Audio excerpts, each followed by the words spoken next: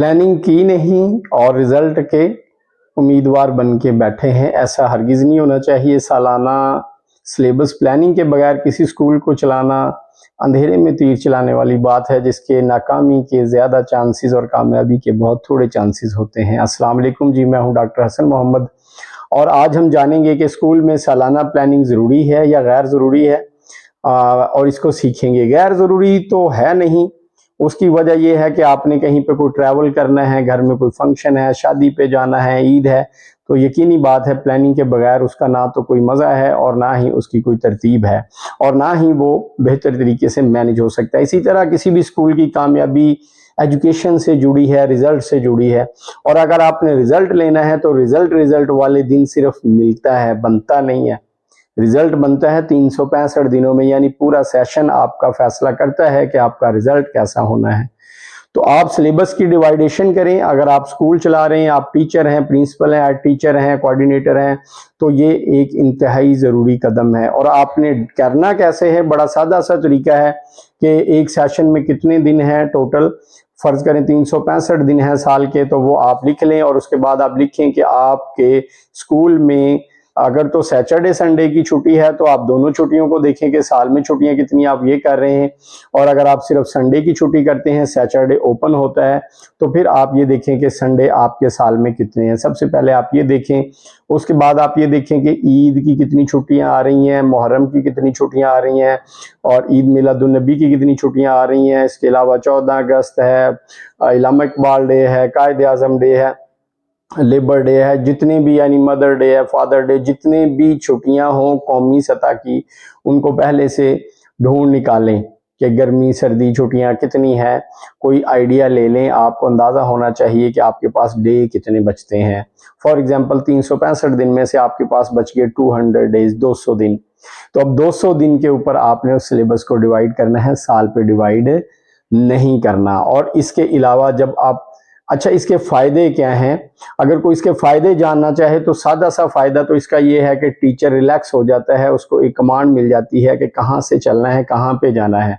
एक इसका ये फ़ायदा है कि अगर आपके इदारे के मिड में या शुरू में या लास्ट में कहीं पे कोई टीचर अचानक स्किप कर जाता है, आप कोई नया टीचर लेके आते हैं, तो उसे ऑलरेडी पहले दिन ही पता चल जाता है कि इतना सिलेबस हो गया है, ये चीज़ें हम पढ़ा चुके हैं, ये हमने पढ़ानी है। यानी उसको जब बना बनाया प्लानर मिलेगा तो फिर उसको इधर उधर बच्चों से पूछने की, परेशान होने की, टेंशन लेने की कोई ज़रूरत नहीं रहेगी, बल्कि उसे कन्फर्म पता होगा क्या हो गया है, क्या होना है, क्या रह गया है, उसके सामने प्लानर के ऊपर लिखा हुआ होगा।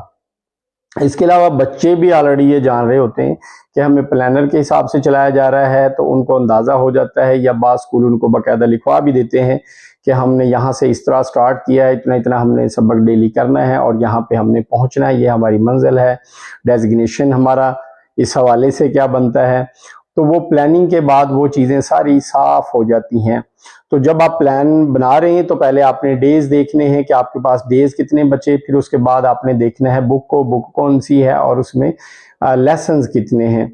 याद रहे बाज़ बुक्स ऐसी हैं जो थोड़ी इजी हो सकती हैं, जिनको बहुत ज़्यादा रिवीजन की ज़रूरत नहीं होती, और छोटी पेज वाइज और लेसन वाइज वो छोटी हो सकती हैं, लेकिन बात बहुत इंपॉर्टेंट होती हैं, जैसे इंग्लिश है, मैथ है, बायो, फिजिक्स, केमिस्ट्री, तो इनके लिए बड़ा टाइम चाहिए होता है। लेकिन खैर बहरहाल वो पीरियड वाइज जो आपका टाइम है वो एक अलग बात है। हम इस वक्त बात कर रहे हैं सिलेबस की, जो प्लानिंग करनी है एनुअल उसकी।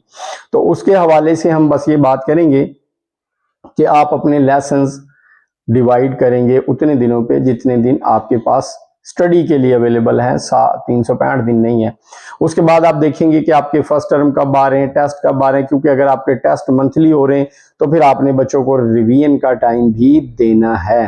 रेगुलर पढ़ाते नहीं जाना है, टेस्ट से पहले बच्चों को रिवाइज करवाना है। उसके बाद जब आपके फर्स्ट टर्म के पेपर होंगे तो फिर वहां पे भी आपको एक ब्रेक लेना है स्टडी से। ये चीज़ पहले से प्लान में आपके ऐड होगी कि ये ब्रेक लिया और वहां पे बच्चों ने करनी है रिवीजन करके उन्होंने देने हैं पेपर।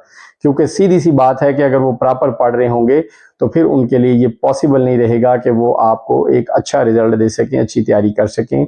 यकीनी बात है कि उनको थोड़ा सा रिवीजन के लिए टाइम देना है, तो ये चीज़ें पहले से प्लान करनी है। अगर आपका कोई ट्रिप जाता है, कोई स्पोर्ट्स डे आते हैं, किसी वजह से आप स्कूल में कोई ऐसे फंक्शंस करते हैं जिससे स्टडी रुकती है, तो वो डे भी आपने डिवाइड करने हैं और फिर आपने पूरे के पूरे वो लेसन जो है वो डिवाइड करके फिर उनको छोटे टुकड़ों में करना है। जो आपकी एक्सरसाइजेज हैं, फिर आपने ये देखना है कि ग्रामर, जैसे उर्दू है, इंग्लिश है, उनकी ग्रामर के लिए आपने क्या टाइम दिया है, टेंसेस सिखा रहे हैं, क्या कर रहे हैं, एसेज, स्टोरीज, वो सारी चीज़ें भी आपने प्लानर में ऐड करनी है।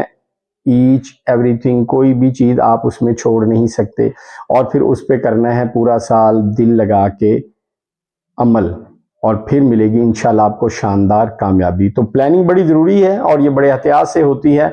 अगर आपने स्कूल में पहले कभी सिलेबस प्लानिंग नहीं की तो आप किसी तजर्बाकार बंदे को साथ बिठा के एक टाइम में ये कर सकते हैं ताकि आपको सीखने का मौका मिले। बाकी अगर आप हमारी वीडियो देखते हैं तो इसके कमेंट्स में अपने क्वेश्चन पूछ सकते हैं ताकि हम आपको आपके क्वेश्चन के हिसाब से जो है मुकम्मल तौर पे एक वीडियो दे दें और उसको सुन के आप अपने कैंपस के जो है वो सिलेबस को डिवाइड कर सकें। जी, आज की वीडियो में हमारा आपका इतना ही साथ था। ज़िंदगी रही तो अगली वीडियो में फिर मिलेंगे। आपके हमारे चैनल से अगर आपको कोई फ़ायदा होता है तो सब्सक्राइब ज़रूर करें ताकि हमारी हर आने वाली नई वीडियो आपको वक्त पे मिलती रहे। अपना बहुत सारा ख्याल रखिएगा। अगली वीडियो में फिर मुलाकात होगी, तब तक के लिए अल्लाह हाफ़िज़।